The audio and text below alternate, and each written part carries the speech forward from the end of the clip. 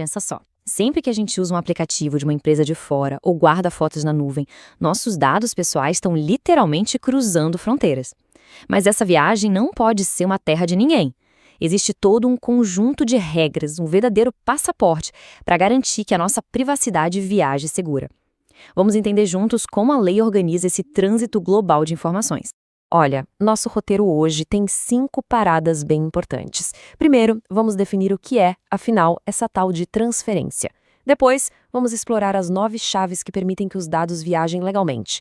Na sequência, a gente vai ver como um país ganha um selo de confiança. Daí, vamos investigar quem fiscaliza tudo isso e, por fim, juntar todas as peças para entender qual é o grande objetivo por trás de tanta regra. Então, vamos começar pelo básico. Afinal, o que a lei realmente quer dizer com transferência internacional de dados?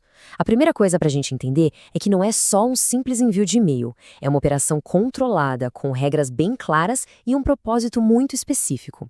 Na prática, é isso aí. Mandar dados para outro país ou para uma organização internacional.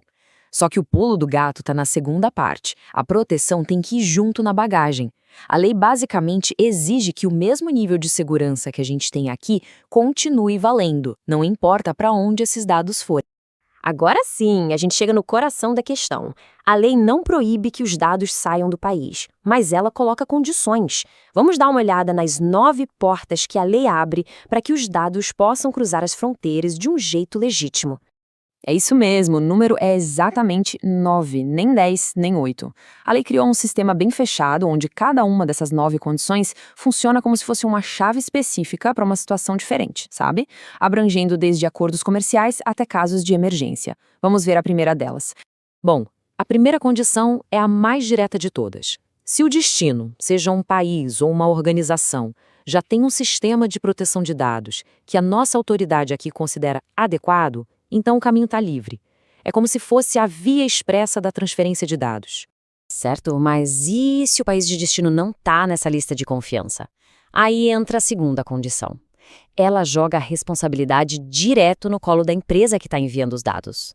Ela precisa não só oferecer, mas principalmente comprovar que criou as próprias garantias para manter aqueles dados seguros. E como é que uma empresa prova isso? A lei dá um verdadeiro cardápio de opções.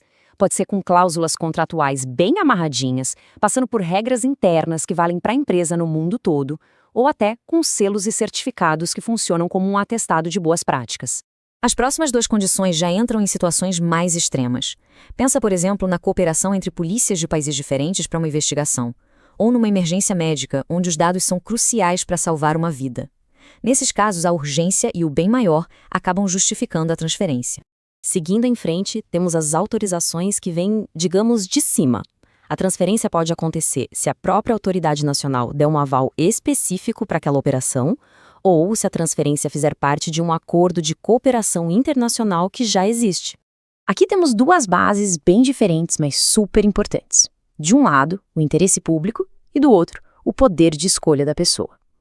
A transferência pode ser necessária para executar uma política pública, ou pode simplesmente acontecer porque a pessoa, a dona dos dados, concordou com isso, de um jeito bem claro e bem informado.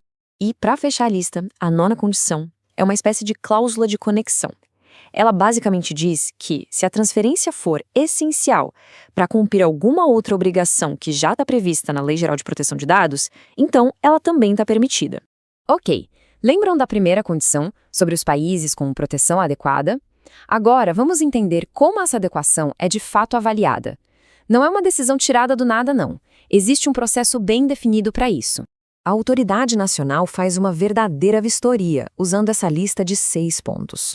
Eles olham tudo, desde as leis que existem lá no país de destino até o tipo de dado que vai ser enviado.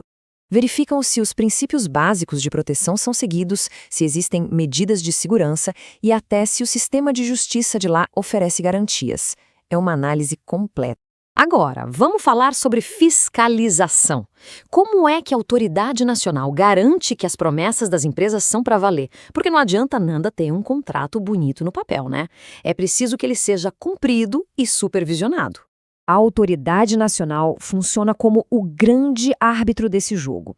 É ela quem aprova os modelos de contrato e quem bota uma lupa em cima das regras internas e dos certificados que as empresas apresentam. Nada passa sem o seu aval. E a autoridade não fica só olhando de longe, não. Ela pode, a qualquer momento, pedir mais informações e até mesmo fazer auditorias para verificar se o que está no papel está acontecendo na prática. É uma fiscalização bem ativa das operações. E para conseguir dar conta de tanto trabalho, a autoridade pode até delegar parte da verificação para organismos de certificação. Mas aqui tem um detalhe crucial: eles são apenas auxiliares. A supervisão e o controle final continuam sempre com a autoridade nacional. E aqui a gente vê o poder da autoridade na prática.